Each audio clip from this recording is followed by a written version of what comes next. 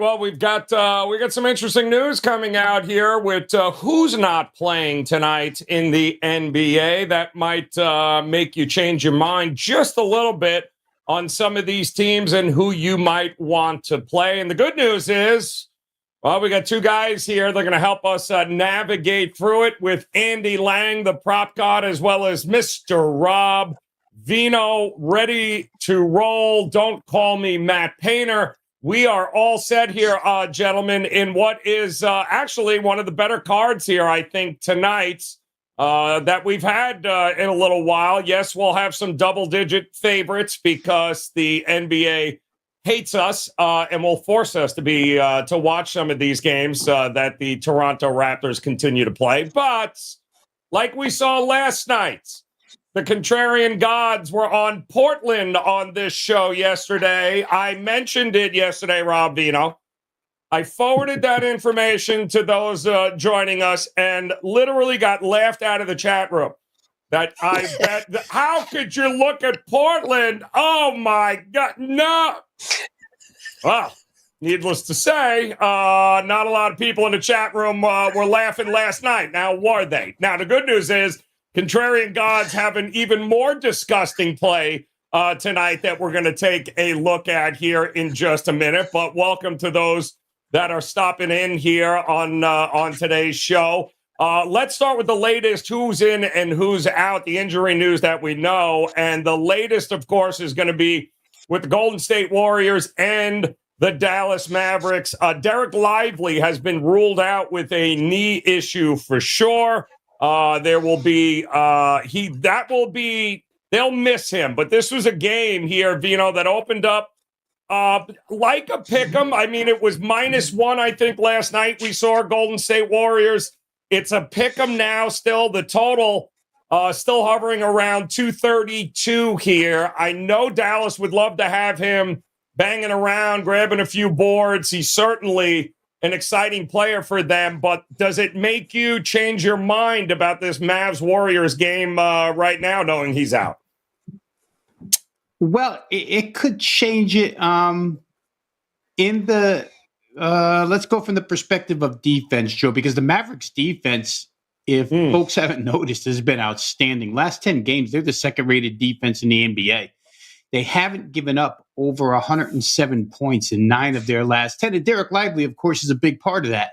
The two-headed center that they've created there in Dallas with the acquisition of Daniel Gafford back at the trade deadline has come into play. And I think it was noted to me that P.J. Washington is also a huge part of this defensive effort. P.J. Washington now being recognized as the best defensive three they had since they traded Dorian Finney-Smith out of there to New Jersey. So you have a front line that features 3 of those guys inside the rotation. And all of a sudden, if Dallas is going to hold teams to 107 or less, Joe, they're going to win an awful lot of games. They have a chance to win the West if they're going to do that, because we know that they can score. Luka's bouncing balls off scoreboards and off backboards and into the hoop. So they've got enough offense. But Lively does affect the defense. It'll be interesting here tonight when he's not with him not being on the floor, whether or not they can hold true to this 107 or less that's been going on 9 of last 10. I like the way Dallas is headed right now.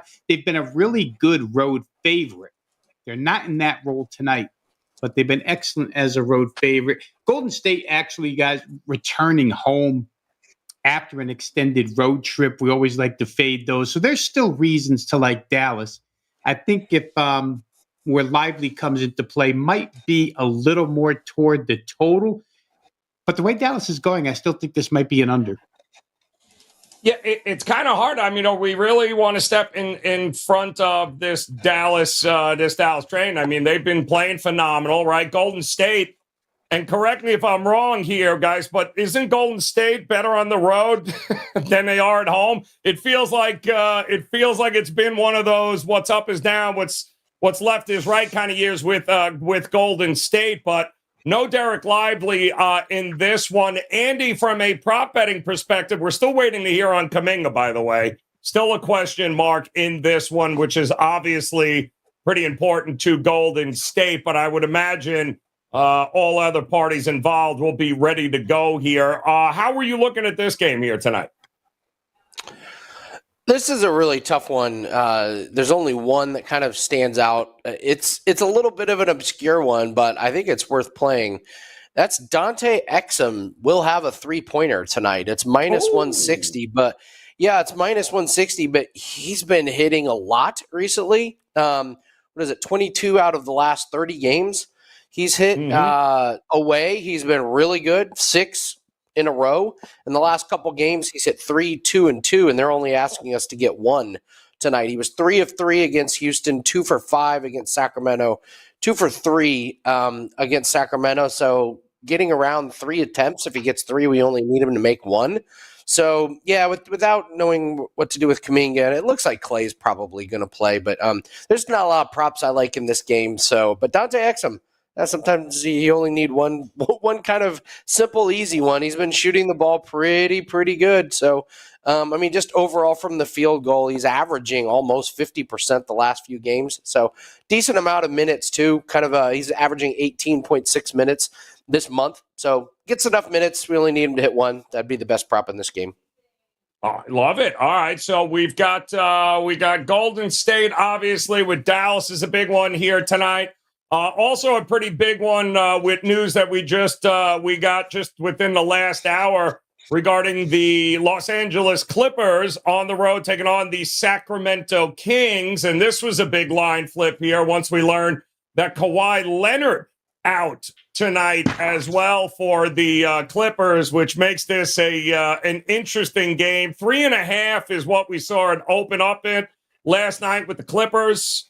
I am seeing 2.5s now the other way for the Sacramento Kings. The total, ironically enough, has kind of stood still. 221.5 is what we are seeing there. So, Rob Vino, no Kawhi. Is it no Clippers for you? Or is this a complete overreaction once again with a star player going out and the market flips it, 6 points, 5.5 points? Yeah, I would treat it that way, Joe, the latter, as a complete overreaction because, I guess it's just whatever you hear last is where you run with your money. But Sacramento is still without Malik Monk and Kevin Huerter for the rest of the season, basically. I mean, you start looking at their depth in that backcourt, and it's minimal for the Sacramento Kings. When they come off the bench, it's basically Davion Mitchell, and that's it. They're trying to work Chris Duarte in. He hasn't really played all season. Now they're going to try and shove him in there. But other than that, there's not a lot for the Kings. The one thing we can say about the Clippers is they are a deep team. They can still go 8-9 deep off the bench and not worry about it. Norman Powell's going to step in for Kawhi. Certainly not the defensive player, but Norman Powell capable of 20-plus on any given night. I think the bigger problem that I have with the Clippers is just their recent performance covering point spreads, right? They have won 3 in a row straight up, which is basically all they'll need to do here, which is another reason to like them. But against the point spread, 1-5 over the last 6, 2-7 over the last 9. It's not an impressive point spread, Mark, but a lot of that as a favorite. So I think here in this role, Joe, now accepting points, even without Kawhi, you have to look Clippers because I think that the loss of Huerter and Monk combined just hurts Sacramento a little bit more than it does the Clippers. They've played enough without Kawhi this year to know how to do it. Yeah, well, it's that's we're at that point in the season here, aren't we? Though that it's down the stretch here. They have kind of been dragging to the finish line here. The Clippers have. I know there was a whole lot of non-Clipper backers in the chat rooms and in the comment section yesterday. Not a lot of big fans here of the Clippers long term. But Andy, when you look at this game here, I mean, the Kings have also burned a lot of money. At home laying points this year. This has not been a light yes, because they ain't light no beam in that building here this year. It has been light your cash on fire because that's what's happened here when you back them at home. How are you looking at this one here tonight? I'm out on the Clippers for the rest of the regular season. They're the last 15 games. The worst defensive rated team is the Utah Jazz. Makes sense. They're tanking. The second worst is the Toronto Raptors. Makes sense. They're tanking. The Clippers are third to worst in the last 15 games. This is a team that has given up on defense. It does kind of make sense. You've got Paul George and Kawhi and Harden. Like why are we going to burn these guys' legs playing hardcore defense? Let's save it for the playoffs. So I'm actually in on the Sacramento Kings tonight. This is our same game parlay of the day. It gets plus 194, so call it plus 200 on this one. We're going back to our old favorite, Terrence Mann will make a 3-pointer tonight. It's pretty juiced. It's minus 180, but he's made one in 13 straight games, 23 out of 30. And now that there's no Kawhi tonight, there should be a couple more attempts. He's hit at least 1-3 in the last 4 road games without Kawhi Leonard. So this has been client play for me with Terrence Mann just to hit a 3-pointer. And these are great because if he hits one in the first quarter, no sweat, you're great. Mm-hmm. But then I'm going to add in the Sacramento Kings team total, and I'm going to go aggressive with this one. I'm going to take over 113.5. This is a Kings team that struggled to score points against Dallas, but they come out at home against Utah and they put up 127. Again, we've gone over that Utah's bad on defense.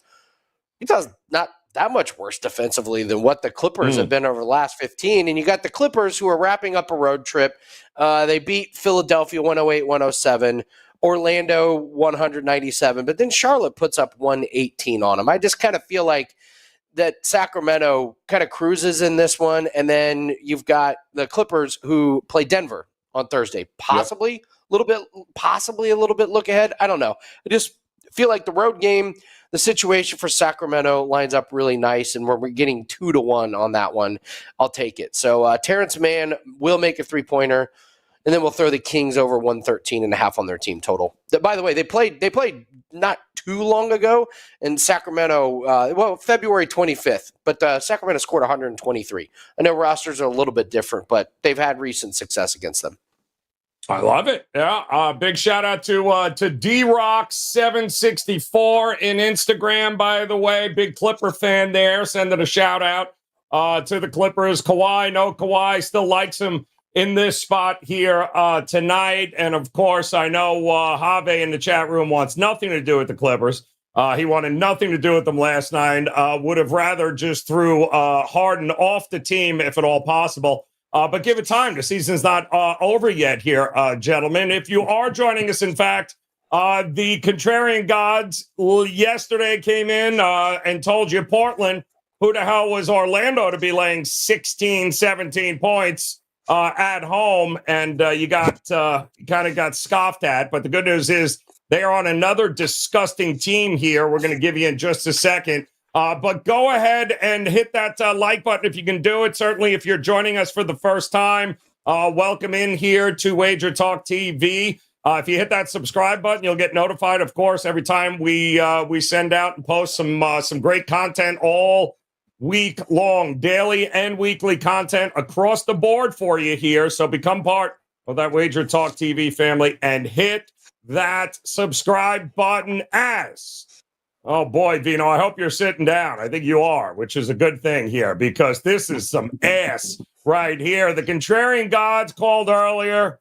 They are riding straight from Portland last night in that dumpster fire right into the Utah Jazz here tonight. But can I tell you, as I'm looking at the odds right now, this line has been crashing towards Utah too, which is interesting. Now, we know also Donovan Mitchell ruled out, coach's decision, obviously maintaining some minutes there. Markkanen is out for the rest of the year. We already know that because of a shoulder injury. So he won't be sniffing the court. So what we've got here is a whole lot of very young, talented Utah Jazz players here that have been fighting, to say the least here. You know, they certainly, I wouldn't call what Toronto has been doing fighting, but, when you've got Sensabaugh out there has been really, really good for them. You know, these are guys here. George has been phenomenal. These are guys that are trying to make a name for themselves right now for Utah. Tough place to play still at home, right? If you are Cleveland without Donovan, it was 11.5. It's now 9.5. The contrarian gods are all aboard, taking those points here. What do you think about this matchup tonight? Yeah, it's you come here once a year, you would think Donovan Mitchell would give it a go in his old stomping grounds, but obviously too hurt to do so here, so he won't play in this one. For Utah, you're right, Joe. It's a full-on youth movement, right? In fact, there's a little quote here from Sense Boss, since you mentioned his name. He said, for us rookies to be playing 30 minutes and starting together and all of that stuff is really important to us. He hit 5 threes in his last game. He had never had more than 2 in a game before that. Larry Markkinen, of course, out for the season. So you have basically Colin Sexton and Walker Kessler, and then a bunch of guys who are just getting minutes here to fill out the season. However, these guys aren't necessarily playing defense. For Utah, it's a long string of games. In fact, it's 15 of their last 17 where they've allowed at least 114 points in a game. They've lost 9 consecutive games straight up. They're 2-7 against the number.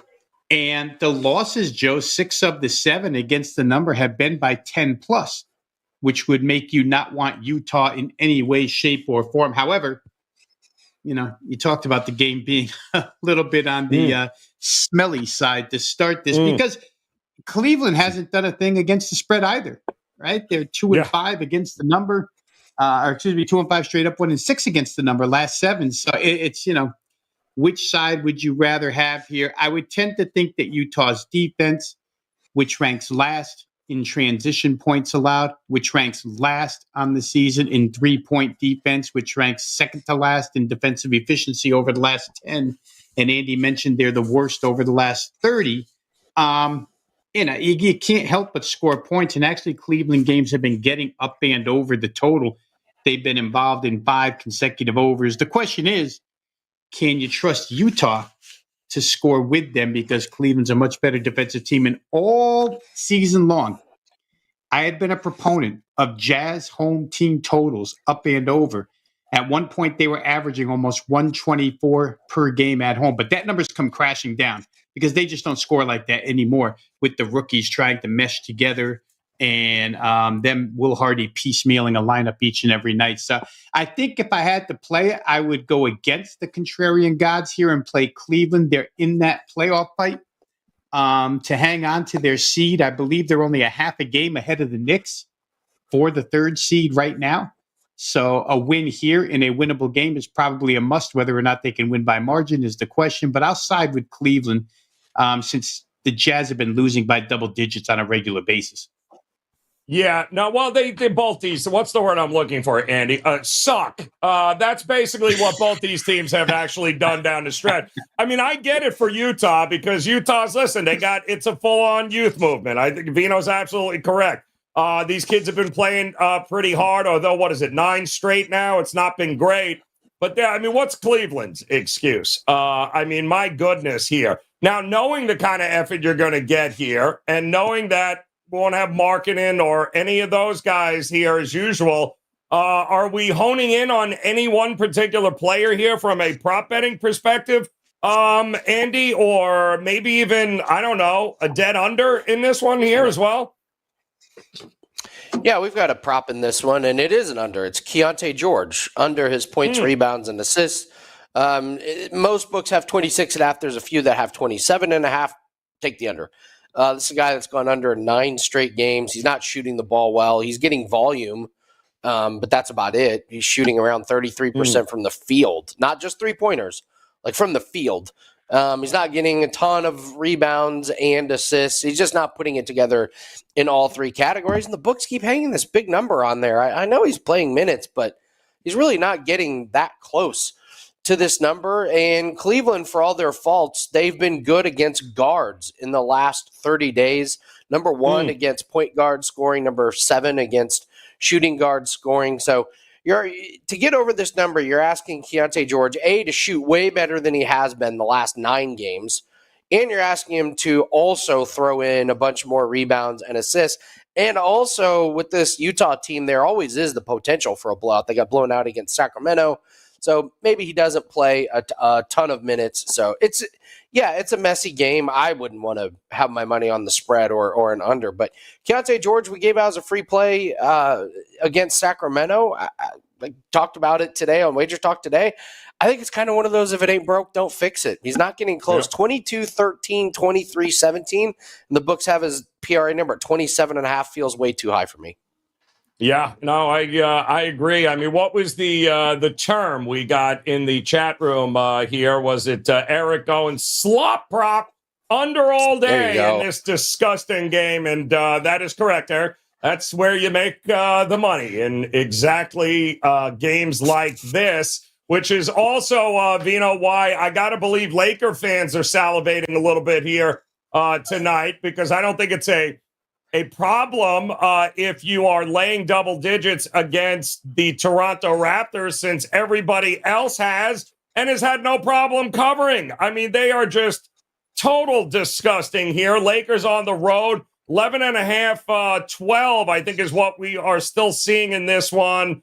Still 12, 234. Actually, the total's starting to creep up here a little bit here. You're looking like Quigley and Barrett are probable. So I guess maybe that's a pretty good reason to want to go up and over the total here, which is why it's being pushed. But LeBron, shocker, and Anthony Davis, both questionable. But it wouldn't scare me to lay this kind of number against this Raptors team. Would it scare you? Well, it wouldn't scare me to go over in some capacity, Joe, because we know whenever Emmanuel Quickly has been at the head of the engine here, or the key to start the engine, so to speak, for the Raptors, they just fly up and down the floor. Without him and RJ Barrett, they've been in a little bit of an offensive slide. They've obviously they started their tanking long ago. They don't care to play defense. Oh, wait a minute, Andy. I'm sorry. Wait, hold on one second, Vino. We're getting it's coming out now that we got no Jalen Williams, no SGA tonight for Oklahoma City for the Sixer game here. So it looks like we know Embiid is out, and now there's some. It looks like there are some reports that Maxey might not be playing in this one either. So it looks like they took it off the board here in some spots. That changes the whole dynamic, I would think, of how people were going to look at this game. So just a caution here, as we've got that coming out now, and that line will be moving. We'll have more on this here in a minute, Vino. But go ahead. Over for you all day long here with the Lakers, Raptors. Not expecting a whole lot of defense, I don't think, from either of these two teams. No, not at all, Joe. And I mean, we won't go through the Lakers over numbers, but they have been excessively over the total over the last month and a half. And the Lakers are up in the top 5 in team pay for quite a while now. They do go up and down. And the Raptors are going to go with them, as I was saying before we get the OKC news. So, I understand the push toward over. I don't know. I'm trying to think of a way that I would try and talk somebody off of an over, but I don't know where, Joe, unless Emmanuel Quickly and RJ Barrett come out and start a little bit slow as far as shooting is concerned. Maybe you want to avoid first quarter over, first half over. I don't know if you want to avoid it in the case of the Lakers. You could, kind of zero in and focus on them, first half total over, but full game looks like an over. Laker team total would look like an over. Once the Raptors get it going, I mean, the whole thing looks like an over by the time it's said and done. But I would maybe be a little skeptical of the outset with Toronto, since Quickly and Barrett have been out for quite some time and are getting back on the court here. Maybe early they don't have the scoring ability that they had before they, exited the lineup. Yeah, we also hearing, too, that there could very well be no LeBron James in this game tonight, too, which would be very interesting. Not that I think it would matter outside of having to play maybe more D'Angelo Russell props there, Andy. And by the way, down to -1 OKC with the Sixers now. So that has come crashing down almost 6 points here. From 5.5 down to -1 is OKC on the road. No SGA, no Williams. And the total has crashed from 225.5 to 219.5. And Andy, with this Lakers team, I mean, heck, if I'm not getting LeBron, I can probably count on D'Angelo Russell to pick up some slack here in a game that looks like it's continuing to get pushed up. And I think it's the highest total on the board. Is there anybody worth taking a look at in this one? Oh man, I hope we don't get LeBron. D'Angelo Russell over his rebounds and assists, keeps cashing yes. when LeBron is out of the lineup. It's rinse and repeat. Just keep cashing. Even if LeBron plays, so you've got a non-competitive Toronto team. This has D'Angelo Russell written all over it. I'll take over at half, 2.5 3-pointers. I just love him. He'll light it up against non-playoff bad defenses. Against Brooklyn, he made 4 of them. Memphis, 5 of them. Philly, 4 of them. Atlanta, 6 of them. Against Sacramento, 1. Against Minnesota, 2. So anytime you have just these really bad teams, D'Angelo Russell's your guy. But in all seriousness, if LeBron is out, D'Angelo Russell rebounds and assists. I believe that is hitting 8 out of the last 9 games without LeBron. And then when LeBron plays, obviously there's a lot more stats that are gone. So, D'Angelo Russell, but obviously tread lightly. Make sure you know what the lineups are going to be before you play this one. It may come down to an hour before. We certainly have seen that in the NBA this season. Yeah, if it ain't broke, don't fix it, Andy. We're big believers on that here. That is for sure. We do have now, Vino, it looks like it's still crashing. We're down to, I wouldn't be shocked if this thing becomes a pick'em here at some point. From 5.5 now down to -1 even. That total is crashed, 225.5 to 219.5 here with the Sixers. It'll be interesting to see what happens if Maxey, in fact, is also ruled out here. It almost feels like this is just we're hitting a reset button here, guys. But no SGA, no Jalen Williams, no Joel Embiid back here tonight. Vino, do you have these two teams as currently constructed here tonight at a pick'em price somewhere in that ballpark? Well, we could go over it here, Joe, real quick. I mean, for OKC, it looks like you're starting. Obviously, if SGA doesn't play, Josh Giddey can play point guard, so he takes over, right? You have Lou Dort. In place of Jalen Williams, you have Gordon Hayward, and you have Chet Holmgren. The other question is who will be the 5th guy in, and I would think that it would probably be Isaiah Joe, who they use an awful lot as a shooting guard. If Giddey's going to play the point, then Joe would probably be your shooting guard in this case against a team, of course, of guards as well, where Philly is concerned. So you kind of have a really smallish game. The 2 bigs would be Holmgren and Mo Bamba. It's interesting, Joe, just from a long-term perspective, that we hear an awful lot about, Joel Embiid is coming back. He's coming back. He's coming back. He's not even at shoot around. He's not coming back. Even in the position that Philadelphia's in, I think that, and just hearing what I hear outside the Philly area here, they're way more concerned. They really don't care about being in a play-in.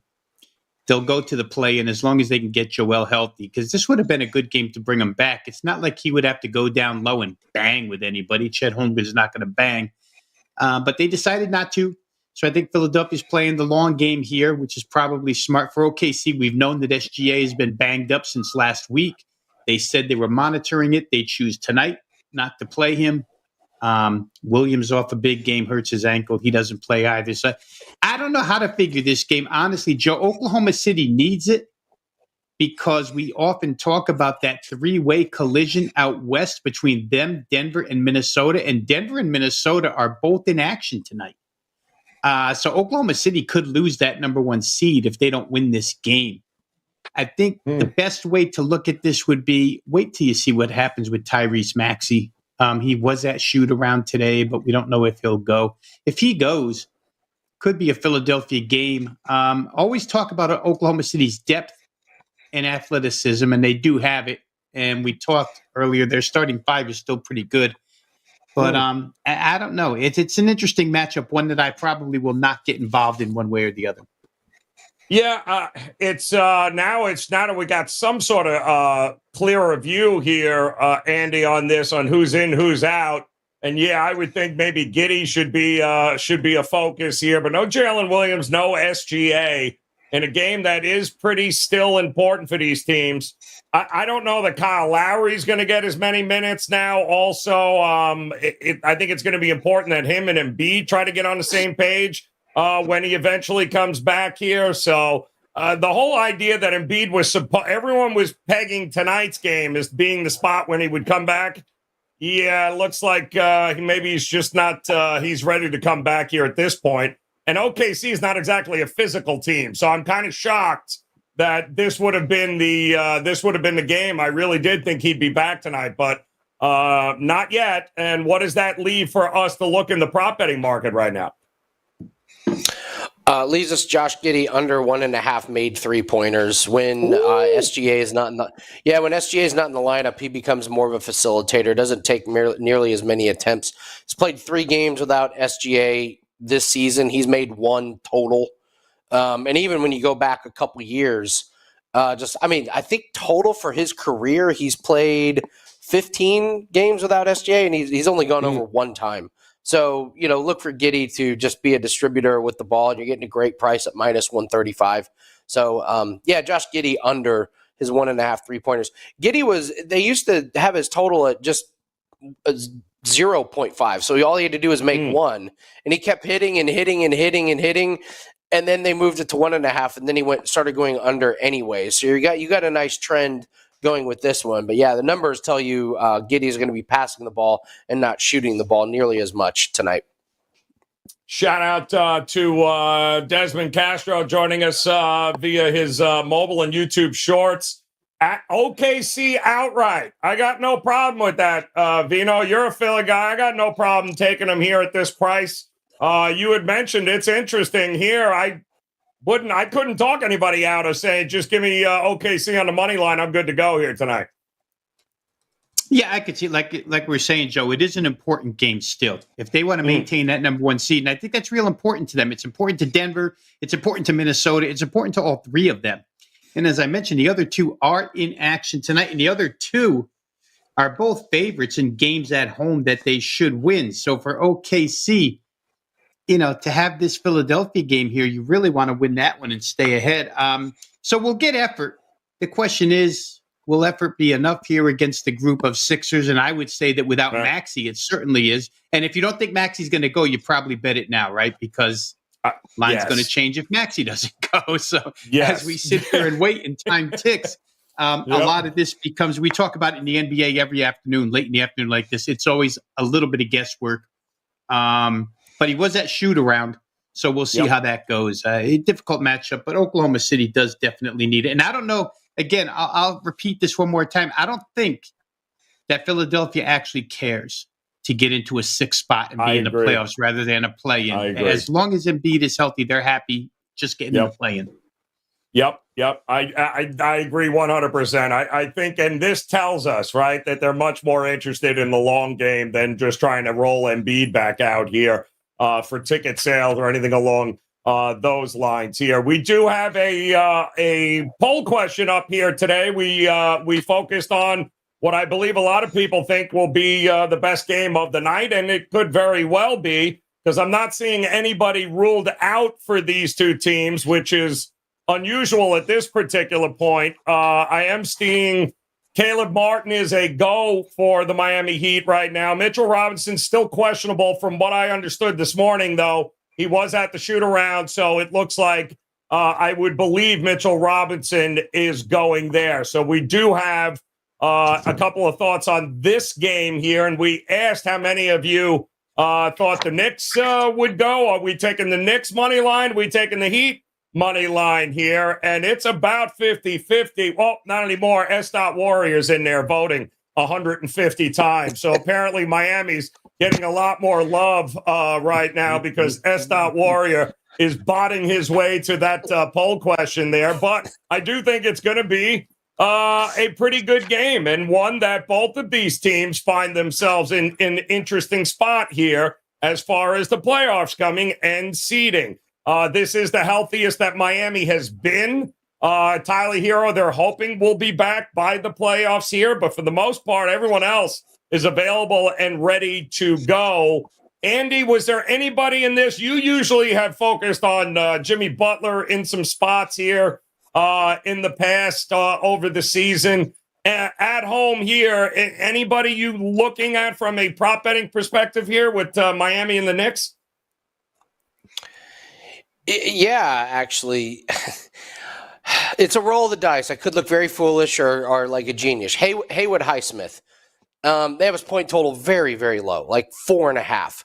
And you look at Haywood Highsmith, and here's his minute totals over the last few games: 29, 28, 30, 25. So easily flying over his totals there.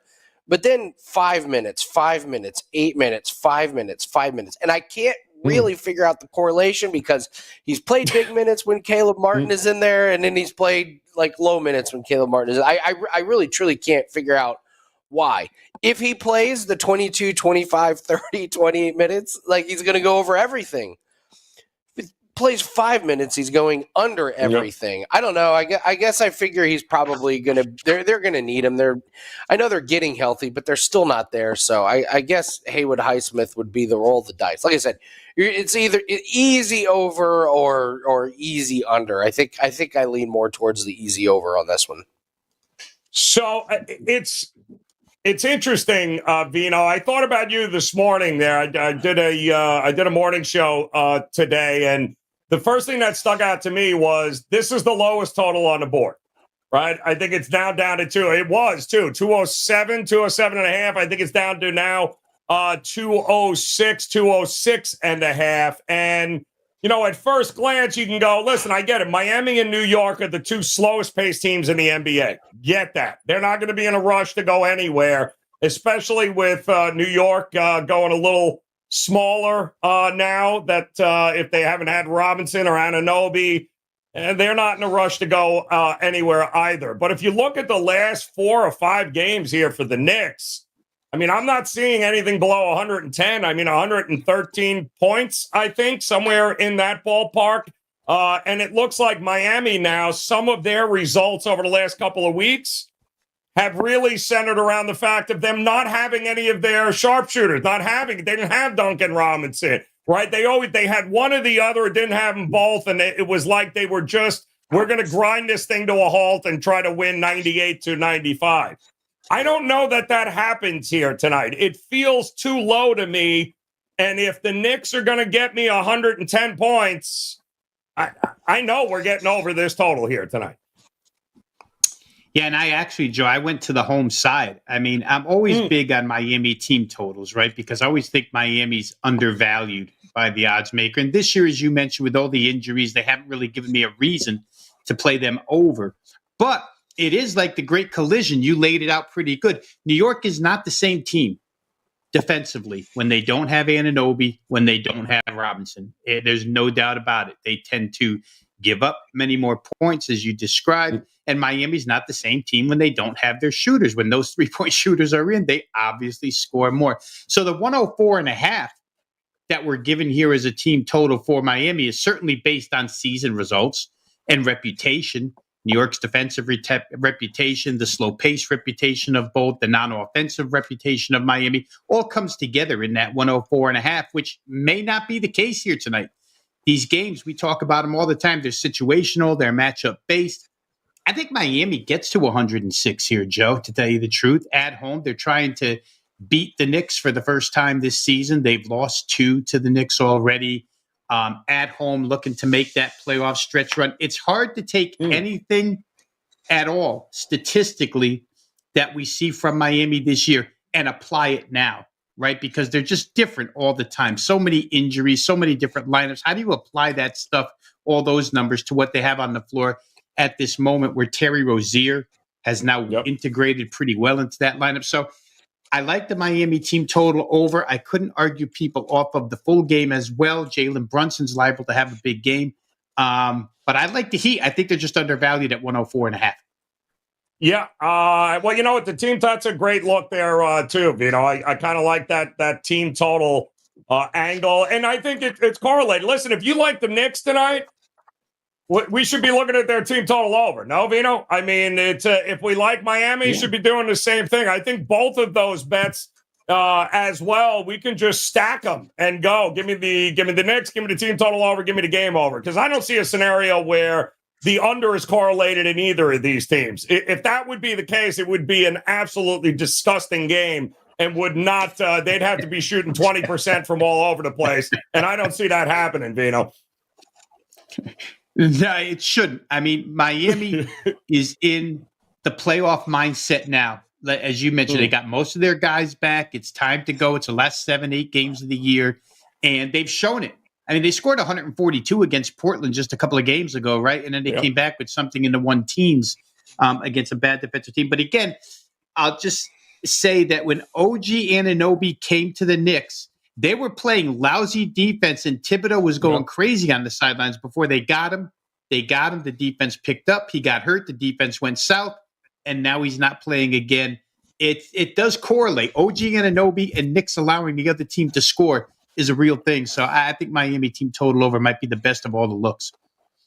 Shout out to Mr. Ritter there, as well as Philly Picks and the Kraken in the house on Instagram. We appreciate you guys stopping by. Don't forget, if you could, hit that subscribe button if you haven't done so already. We certainly appreciate it. Shout out to those of you joining us via our YouTube channel, as well as a live vertical feed there on YouTube Shorts. We appreciate it, guys. Give us a thumbs up.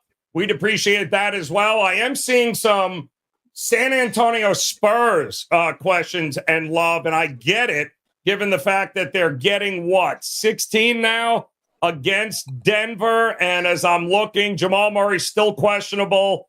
Sokan, Keldon Johnson, Devin Vassell all out. Wembanyama looks like a go here. Boy, is that kind of a big number there, 16 points. Are you leaning that way, Vino, one way or the other? I mean, San Antonio has done a fantastic job of cashing tickets for backers with big points just like this with this team.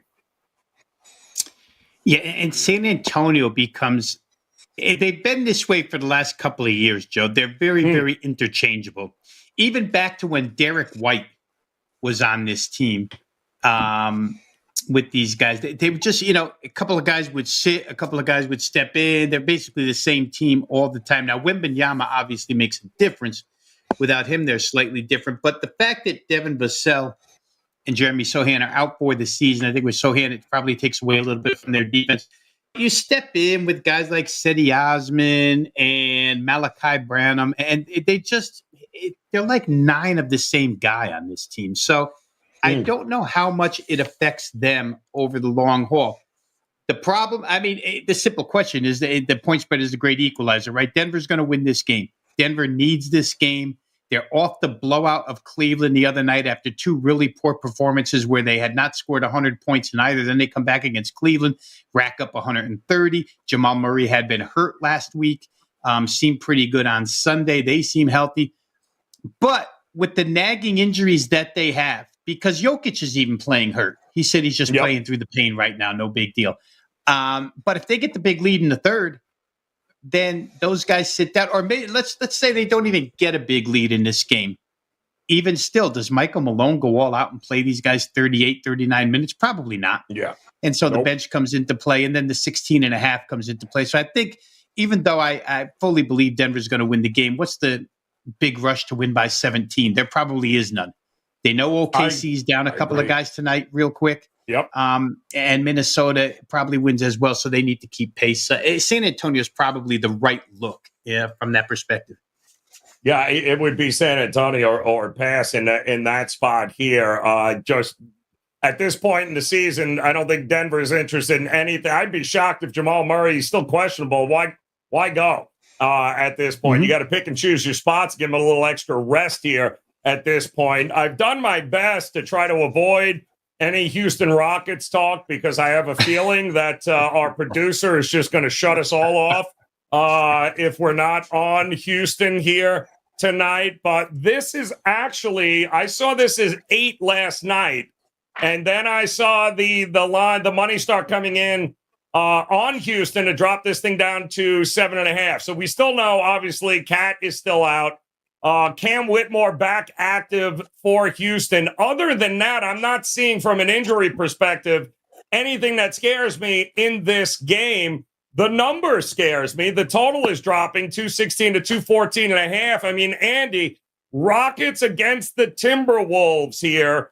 The total is coming down here. Does that mean we should be looking maybe to fade a guy or two in this game?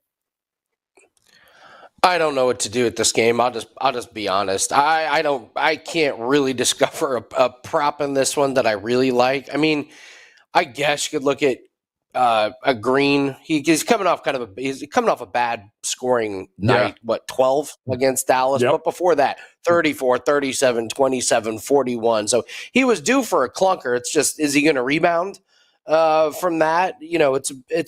It's a good defense, Minnesota. I wouldn't say it's as good as it was, earlier in the season, but there's too many questions. I think the numbers are pretty dialed in. So I'll be completely honest and say this game's a pass for me. I just can't discover any good trends or any good feels. I think there's too many other props that I like on the board better than anything in this game.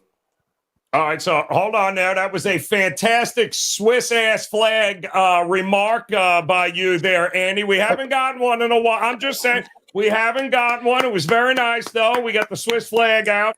Absolutely stepping on nobody's toes with that one there. So we certainly do appreciate it there.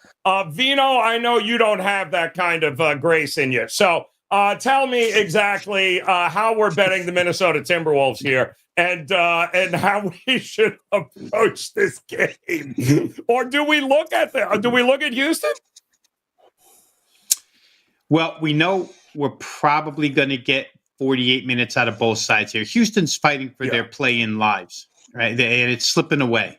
They lost the other night. They've lost 2 in a row now, so it's kind of slipping away. Golden State, and if you're of the conspiracy theory, you probably believe that no matter what, the NBA would kick the Rockets behind Golden State anyway and not let Houston in the playoffs. But that being said, they're playing hard. They're going to come here and play hard. What's interesting to me and the most fascinating, Joe, is the way Minnesota just continues to cover numbers.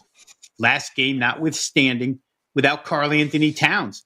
They really haven't missed a beat without him. They're 7-2 against the spread last 9. They just lost their last game. So Houston enters off of 2 losses. Minnesota enters off of 1 loss. I talked earlier about how OKC, Denver, and Minnesota are all striving to get that number 1 seed. It's important to all 3. So full effort out of both. Houston wants that running game, right? They want to push that pace. And I just don't know that Minnesota allows it here. So I don't know that I could pick the side in this game, and the total to me, probably the correct movement. I always believe that the home team can dictate tempo for the most part, which means that it would probably stay under. Minnesota's just that way, priding themselves on defense. Now, nothing that I played myself, but if I had to look, I would probably look under in this game.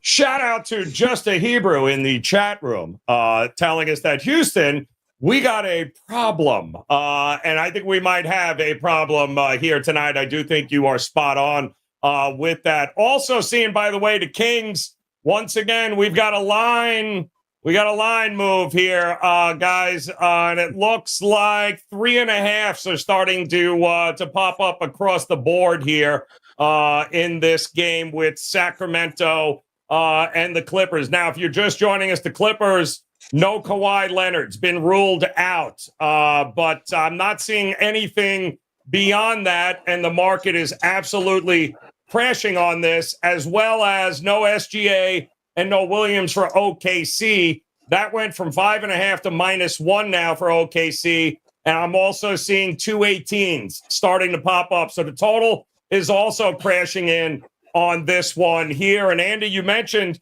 a couple of other places you would look for a prop or two here. Give us one of the other games maybe that you've looked at here that you think is worth a look-see. Oh, I've been playing this one for clients. Take a look at Aaron Gordon. If Jamal Murray is out, play is over 3-pointers. It's just half. He just needs to hit one. Jamal Murray's been out the last 3 games, and he's had one in each of them. When Jamal Murray is in, he doesn't hit one. It's very strange. You would think with Jamal Murray in, he would maybe hit more, but it's the opposite. It's less. So I've been playing that one for clients as well. Free plays all over the place. So I would take a look at Aaron Gordon over 3s, but you got to wait until Jamal Murray news. That's the key. You got to wait and know if Jamal Murray is in or out. We've covered so many things on there. I think that's the only big one that I have for tonight. That one and the Keontae George under were my 2 favorite ones in this one, especially the Keontae George. That's a free play that's loaded up on WagerTalk right now. Ooh, get it done there. I'm with you on that. I think we're gonna get some points here tonight in a few of these spots. Vino, are you shocked with any of this line move here? Really starting to come in for Sacramento here, and I don't see anything else outside of Kawhi, but that's about an hour old, and the money is starting to roll in here now. Are you surprised we've gone this far? A little bit, Joe. The only thing I can add to that game that might affect the Clippers that we didn't talk about earlier is it's kind of a weird road trip, right? They spent the first 3 games on the East Coast. They fly all the way back home, but it's not to go home. It's to go to Sacramento and finish the road trip, which is kind of weird. 3 East Coast games and 1 West Coast to end it. It's possible that, the Clippers haven't been playing well anyway, right? Andy talked about how bad they've been defensively. So it's possible that fatigue is in it. And the way they've been playing, Joe, I'll tell you, if we go back to that Philadelphia game last week where they got the referee call at the end to win that one, up until that point, it looked like they didn't care much about winning games. It was kind of head-scratching that they're in that 4-5 battle, and they kind of didn't even seem like they cared much about getting into a home floor seed. So I don't know. There's a lot of love for Sacramento here. I just don't know that Sacramento's the same without Herter and Monk, so that it wouldn't get my money laying 3.5. I'd be more apt to play the underdog, but perhaps taking what Andy said into consideration, total would be a good way to look. Kawhi's the best defender on the team. Maybe you just look over at this point in time. Yep.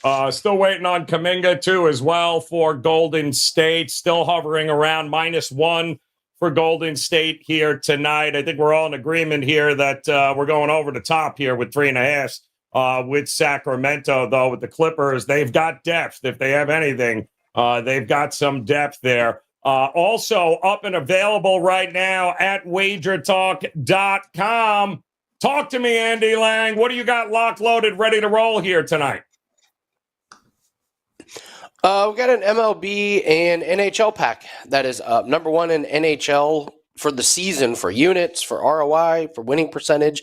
And in MLB, we're very low volume, but we're on a 4-0 stretch. So we won our last 2 bets of the year last year, won our first 2 bets of the year this year. So just put a couple plays up. And I do have to keep telling everybody, next week is the Masters. It's a huge week for us at tea time. And, here at Wager Talk, it's probably the biggest golf event of the year. We got some really, really big things planned. Looks like we're going to be doing a couple shows, a lot of extra things to get people ready for that. So for tonight, MLB and NHL. But next week, we're going to do the Masters upright and get everyone ready for a big, big week of golf bets. Yeah, I can't wait for that too, Andy. It's going to be awesome. K-Dog Marshall in the chat room, Vino. This is right up our alley too here, talking about the New York Knicks under 52.5 in the first half. I am thinking he might be onto something. Good old K-Dog might be sniffing around something there, Vino. What are you thinking? Yeah, I mean, listen, I'm not going to talk them off. And Miami, as I mentioned, is trying to avoid a season sweep. And with all their guys back, there'll be some intensity on that side of the floor. My main focus in this game was on the Miami team total for the full game to get up and over, just because I don't like the fact that OG Anunoby isn't in the lineup to defend. But yeah, 52.5 is a lot to ask, and maybe that could be right. I mean, I can't talk them off it. Let's put it that way. Listen, if it's raining threes, good luck. I still think it's a dead over this game here, and for either team. I really do. I still think it's going to be a dead over. Even if it's a little slow to start the game, still think it's going to be a dead over when it's all said and done. Just a Hebrew, just loving his Clippers. He said, get over it, everyone. The Clippers are still going to keep the 4 or 5 spot no matter how much you hate on them. They're still coming here, and the Clippers, well, they're going to have to do it tonight without Kawhi. Dallas is going to have to do it without Derek Lively. It should be a very interesting game here tonight. A good card here in the NBA. Not something we've had a lot of here over the final week here as we get ready for just about 7-8 more games another 2 weeks in the regular season. Then, of course, it's playoff time.